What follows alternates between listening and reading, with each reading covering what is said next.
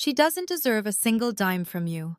My mother's searing words echoed in my mind, a relentless drumbeat, even as I stood bathed in the dazzling lights accepting the Young CEO of the Year award.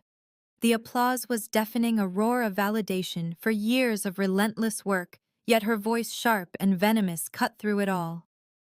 It was a phantom limb of my past, a constant nagging reminder of where I came from and how little I was expected to achieve.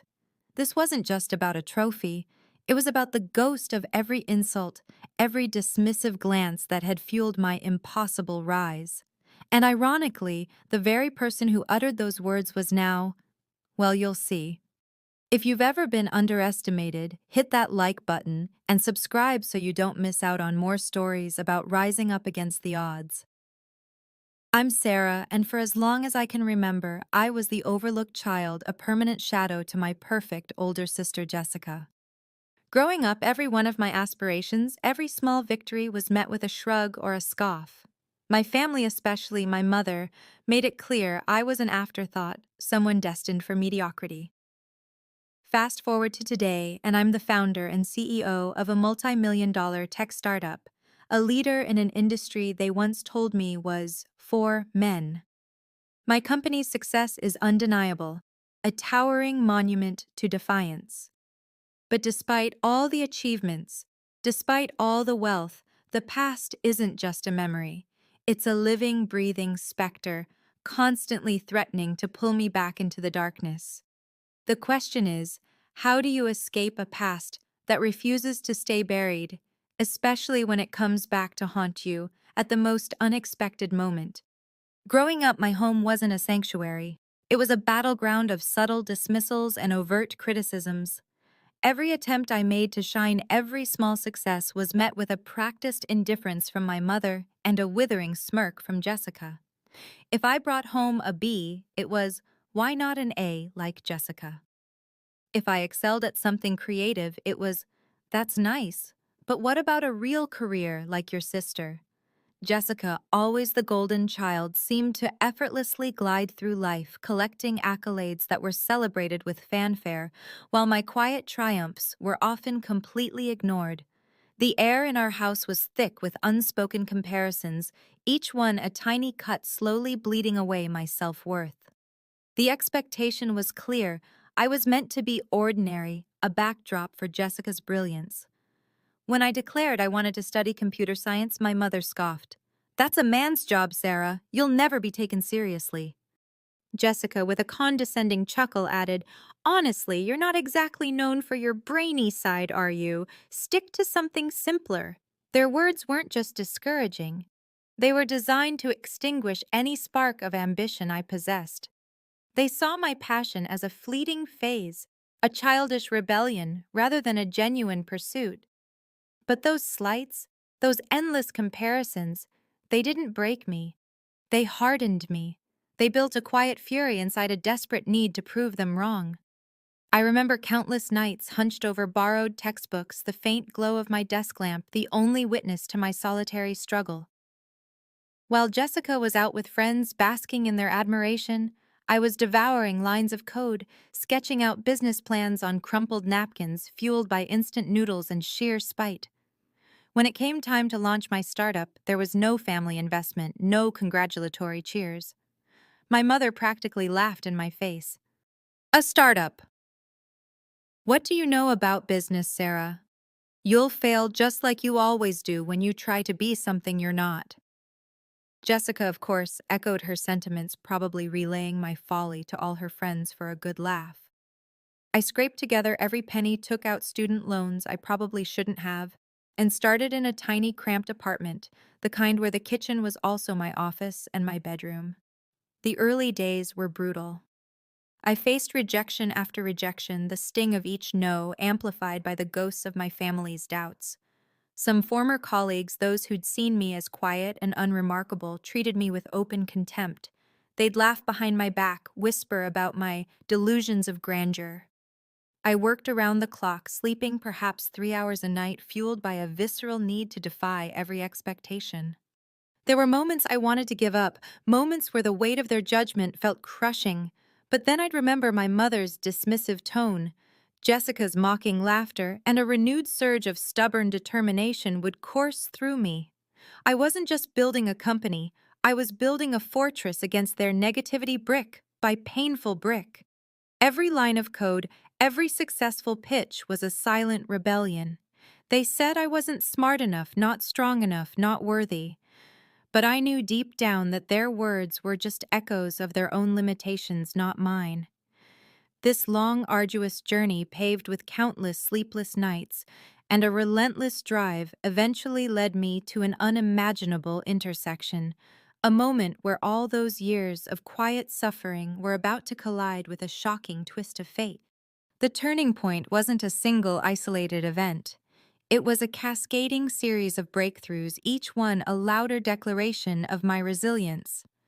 After years of relentless grinding of pouring every ounce of my being into a vision others dismissed as folly, my little startup born from the sheer will to prove them wrong finally erupted onto the scene. We had meticulously engineered an AI-powered platform that didn't just analyze data. It predicted trends with uncanny accuracy, a feat that had eluded even the industry giants. The market's response was immediate and overwhelming. Suddenly, the same venture capitalists who had once politely or not so politely declined my pitches were now practically clawing at the door, desperate to invest. I distinctly remember the pivotal moment we secured our first multi-million-dollar contract. It wasn't just about the revenue. It was the tangible proof, the irrefutable evidence that my dreams weren't just pipe dreams. Every sleepless night, every tear of frustration, every dismissive comment from my past, all of it converged into this undeniable crescendo of vindication. I had done it. I had shattered every one of their low expectations. I was no longer the forgotten child. I was Sarah, the CEO, the visionary at the helm of a rapidly ascending tech empire. But life, as it often does, has a penchant for irony. Just as I was fully embracing the well-deserved triumph of my hard work, an opportunity landed on my desk that promised to catapult my company into the stratosphere. It was a potential strategic partnership with a colossal player in the global tech landscape, a venerable corporation eager to integrate our groundbreaking AI into their formidable ecosystem. This wasn't just a big deal, it was a game changer, the kind of alliance that cemented our position as industry leaders. My team, buzzing with excitement, worked tirelessly, meticulously crafting our presentation, ensuring every data point, every projected outcome was flawless. The day of the crucial preliminary meeting arrived, and I walked into the sprawling glass-walled conference room, radiating a quiet, unshakable confidence. I had shed the skin of the timid, underestimated girl years ago. My tailored suit felt like armor, my presentation notes were etched into my mind, and my resolve was an unbreakable steel beam. I took my seat at the head of the imposing, polished table, ready to conquer this next frontier. Then the heavy oak doors swung open and they strode in. My heart, which had been beating with the steady rhythm of assured ambition, stuttered, then plummeted into my stomach. Leading their team, her face illuminated by the bright projector screen displaying my company's triumphant logo, was Jessica. Yes, that Jessica, my older sister, the perpetually perfect golden child. The one who had consistently belittled my intelligence, scoffed at my ambitions, and firmly believed I was destined for nothing more than an unremarkable existence. A chilling wave, a bizarre cocktail of shock and an almost perverse satisfaction washed over me. She was standing there, not as a superior, not as an equal, but as a key executive within a company that was unequivocally desperate for my technology, for my innovation. The exquisite irony of the situation was so profound it threatened to bubble over into an inappropriate laugh. Jessica, however, remained utterly oblivious. Her gaze passed over me, a polite professional smile fixed on her face. To her, I was simply Sarah, the CEO of this formidable new company, a high-value potential business partner.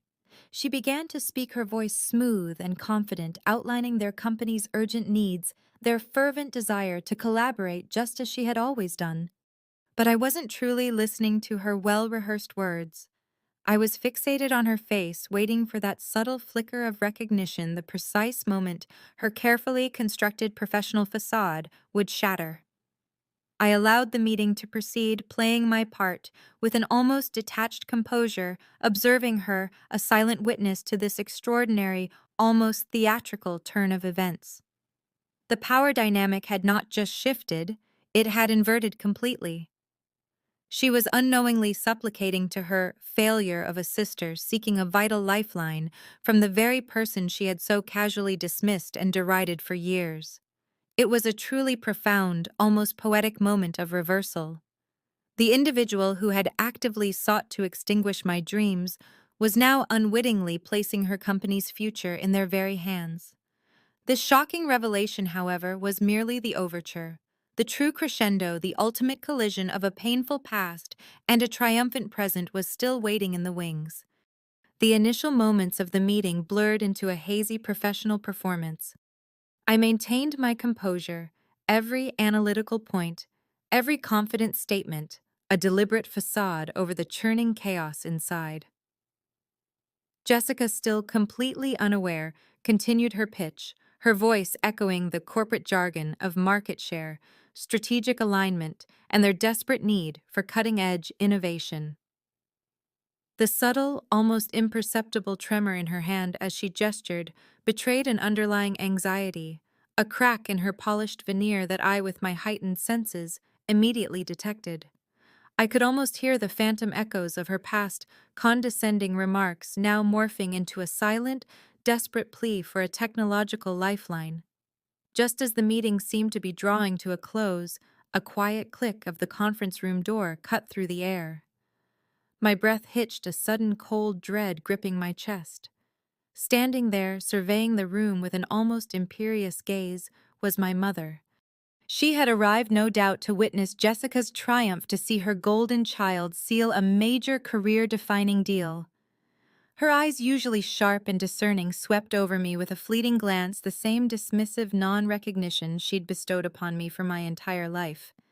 It was a reflex, a deeply ingrained habit. But then, as Jessica, with a polite and unsuspecting smile, began the introductions, she gestured towards me. "And this is Sarah."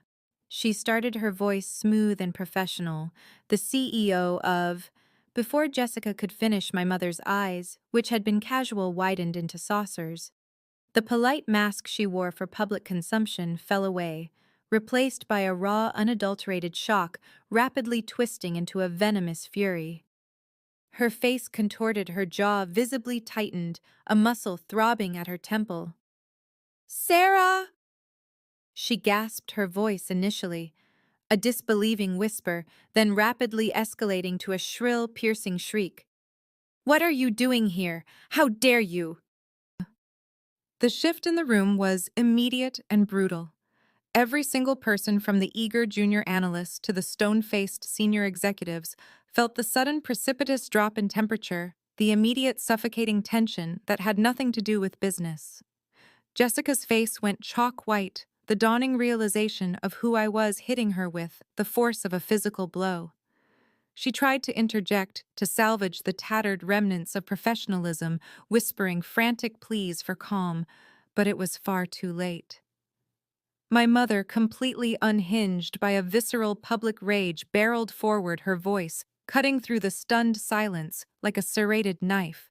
You manipulative little schemer, you deceitful, conniving creature. How dare you show your face here pretending to be some big shot after everything you've done?" She shrieked, her voice echoing off the gleaming glass walls, amplifying her accusations. She pointed a trembling accusatory finger directly at me, her entire body quivering with indignation. "She's deceitful. She only cares about money. She has no morals. You can't trust her. She's a fraud, a common opportunistic fraud. She doesn't deserve this success. She doesn't deserve anything she has." She began rattling off every cruel, dismissive insult she'd ever hurled at me in private, now broadcasting them for a captivated audience of stunned, silent strangers.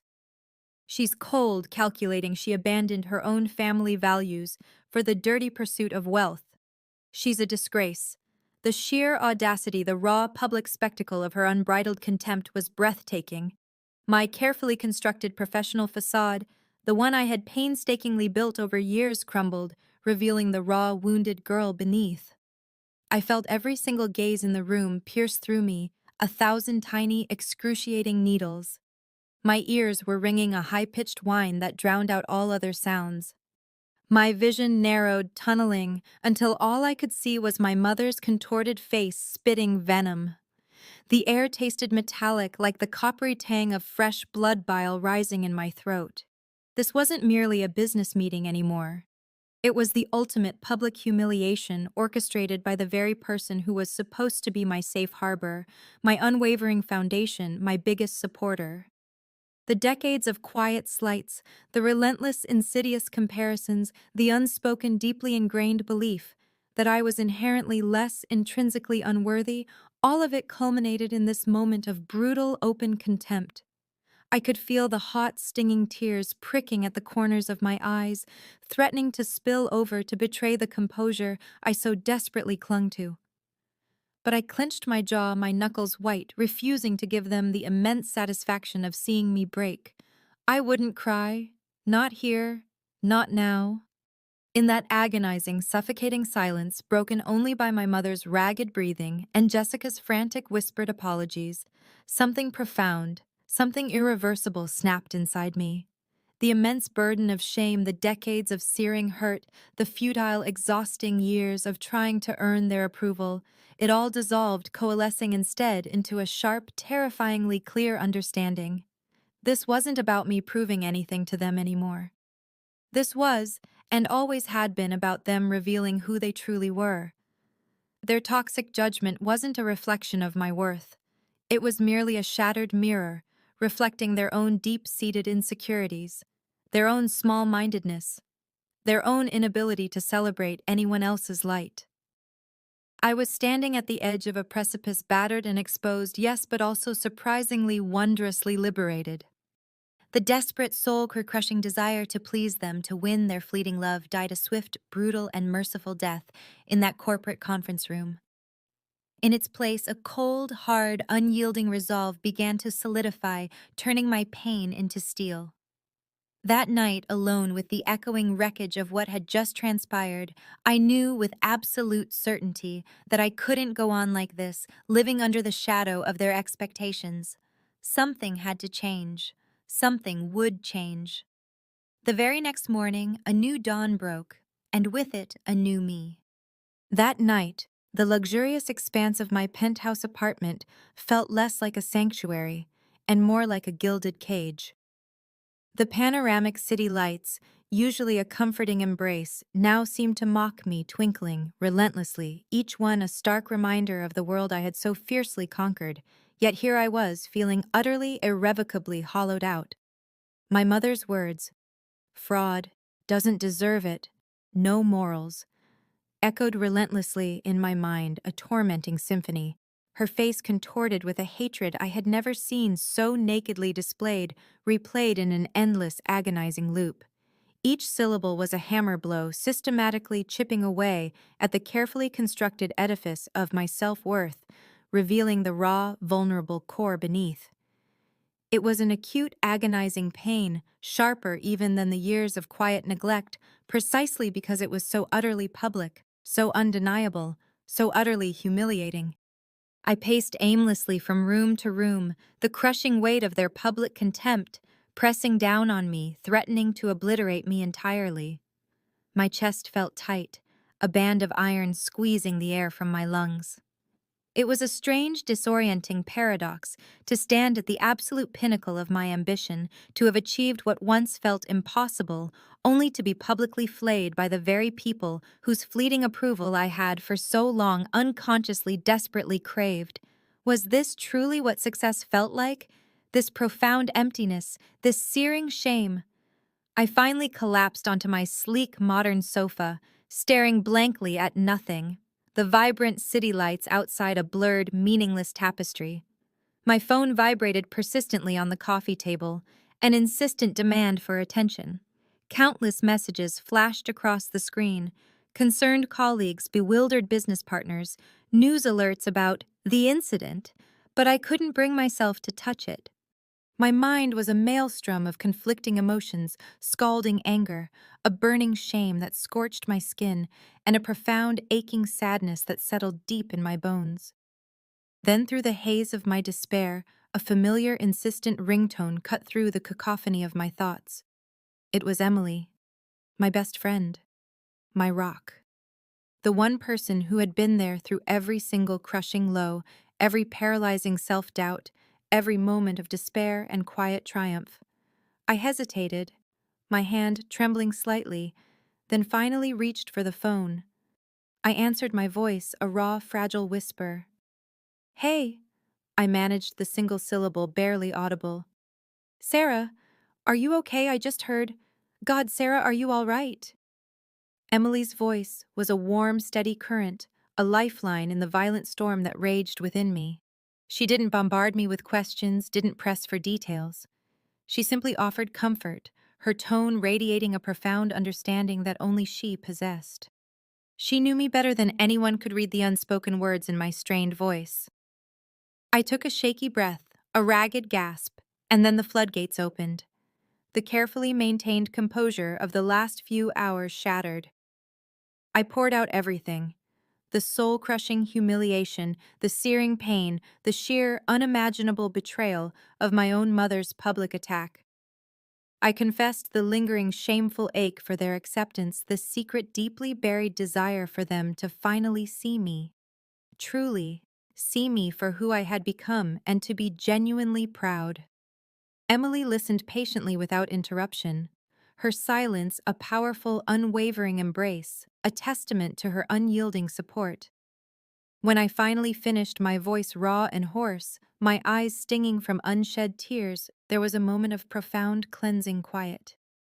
Then Emily spoke, her voice gentle but firm, with an unshakable conviction.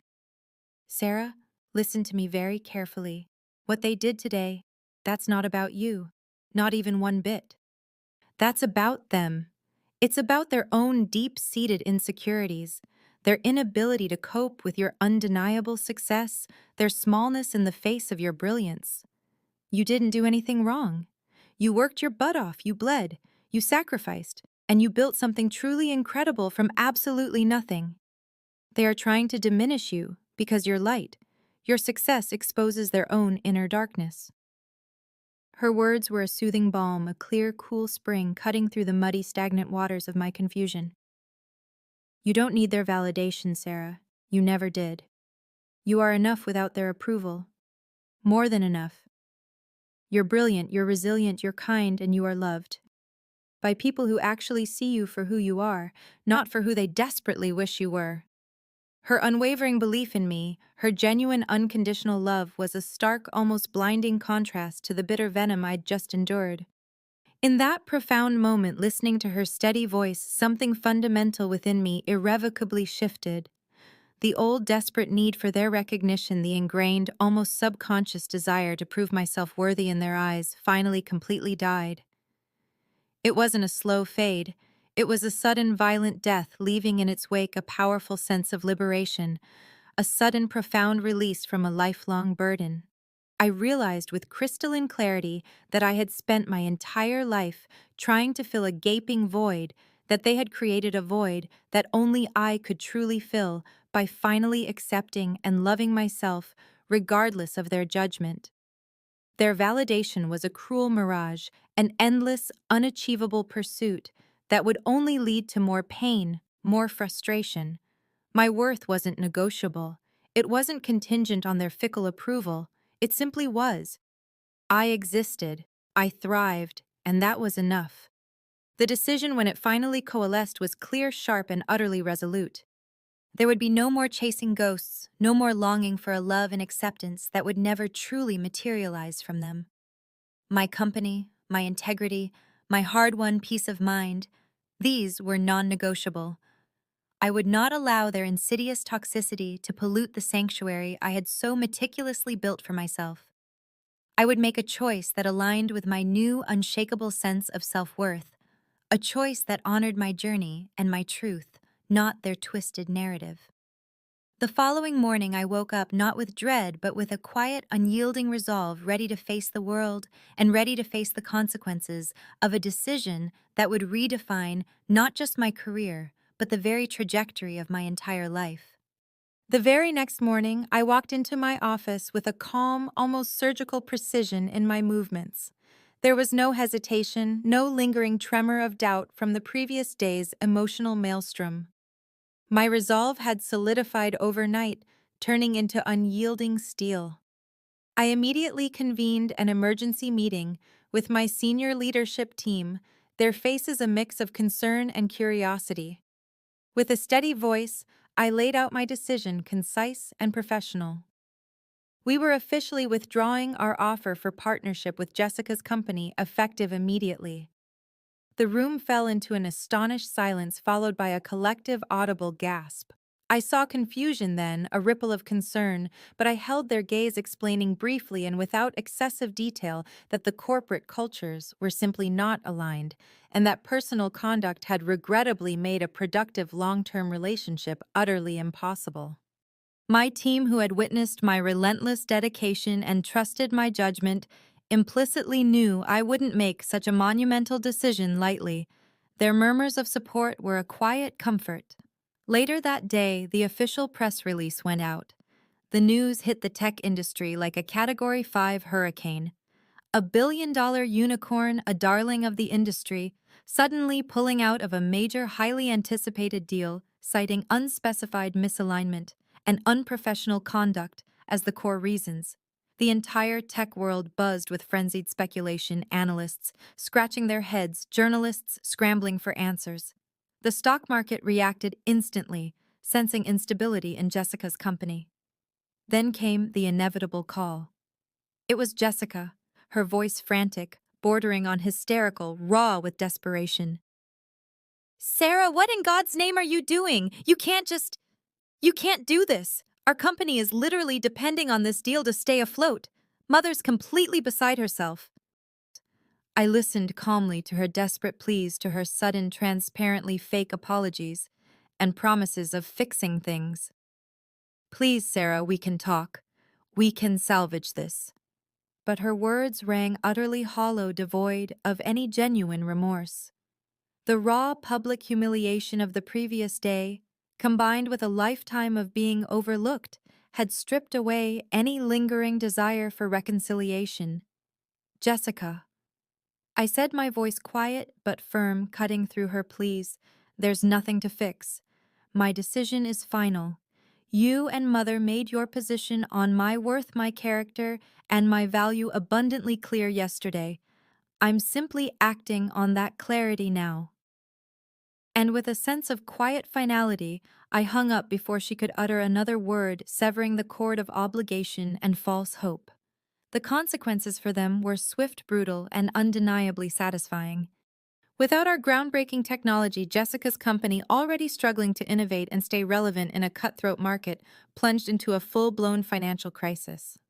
Their stock plummeted into freefall, investors panicked and pulled out, and whispers of impending bankruptcy began to swirl openly in the financial news. Jessica's career, once seemingly unassailable and perpetually praised, was now in absolute tatters, her reputation irreparably damaged. And my mother. The public fallout from her vitriolic outburst had been immense and undeniable.